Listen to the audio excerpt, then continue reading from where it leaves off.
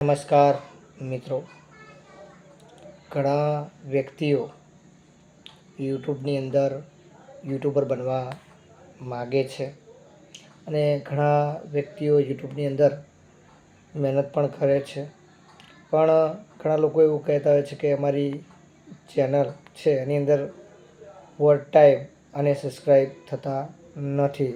તો એનું મેઇન કારણ એ છે કે જે યુટ્યુબના રૂલ્સ છે કે તમે જે કન્ટેન્ટ નાખો છો એ કન્ટેન્ટ, ધારો કે તમે વ્લોગ નાખો છો તો એકલા વ્લોગ જ નાખો.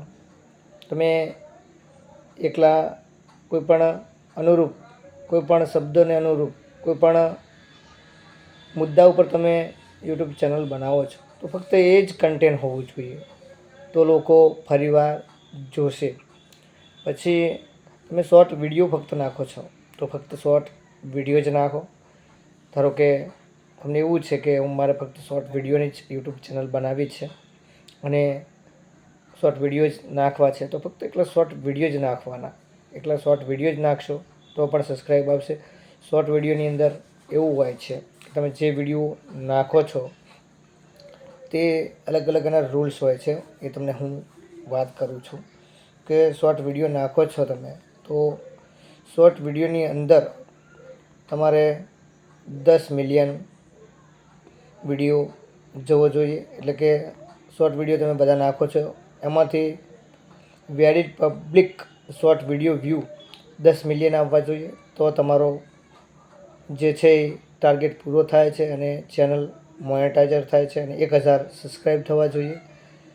અને તમે વોચ ટાઈમના આધારે કરવા માગો છો તો 4000 વોચ ટાઈમ થવો જોઈએ. એટલે કે લોકોએ તમારા વિડીયોને બધો વોચ ટાઈમ વર્ષ એટલે કે 4000 પૂરો થયેલો હોવો જોઈએ અને 1000 સબસ્ક્રાઈબ હોવા જોઈએ.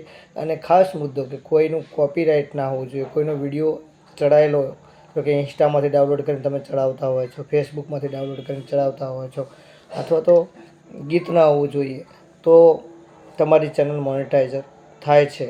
અથવા તો તમે પોતાના જ જે વિડીયો નાખો છે, પોતાનું જ જે કન્ટેનર છે તે જ નાખો તો જ મોનેટાઈઝર થાય છે. નકા કોપીરાઇટ ક્લેમ પણ આપે છે અને નહીંતર કોપીરાઇટ ક્લેમ ન આવે તો તમારી જ્યારે મોનેટાઈઝર ચેનલ થવાની હોય છે ત્યારે મોનેટાઈઝર ચેનલ થતી નથી.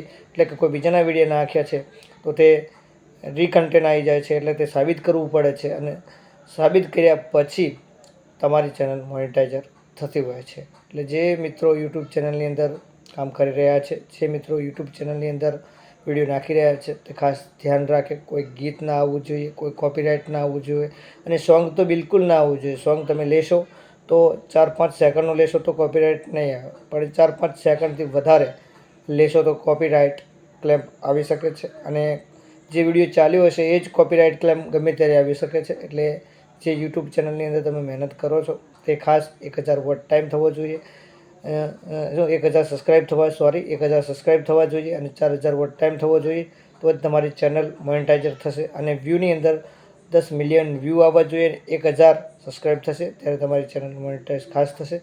એટલે ખાસ કરીને આ વિડીયોને વધારેમાં વધારે શેર કરો, લાઇક કરો, કોમેન્ટ કરો અને સબસ્ક્રાઈબ કરવાનું ના ભૂલશો, જેથી કરીને નવા વિડીયો જે આવે છે તે તમે જોઈ શકો છો.